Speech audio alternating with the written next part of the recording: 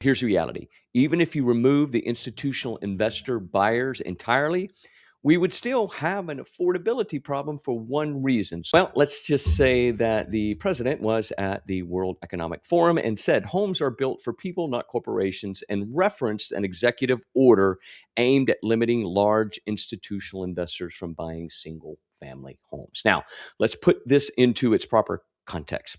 Large investors only own about 2 to 3% of single family homes nationally, and this is not a full ban.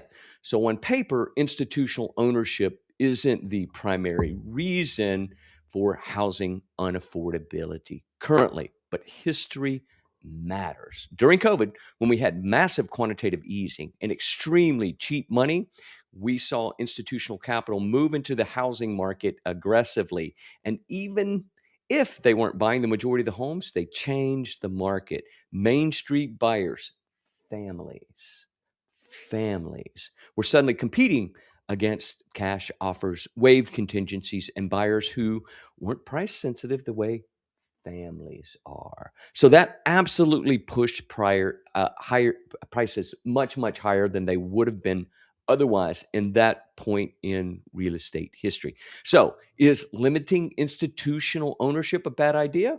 Objectively, no.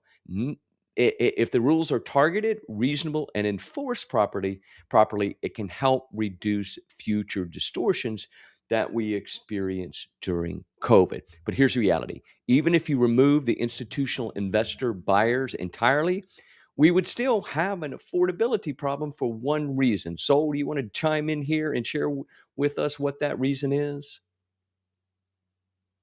Absolutely, Mac. The core reason is supply. We just haven't built enough homes to meet demand. So even if we curb institutional buying, we still need more housing development to truly tackle affordability. So, banning investors without building homes is like banning umbrellas instead of fixing Every your signature means more than the dot you just sent.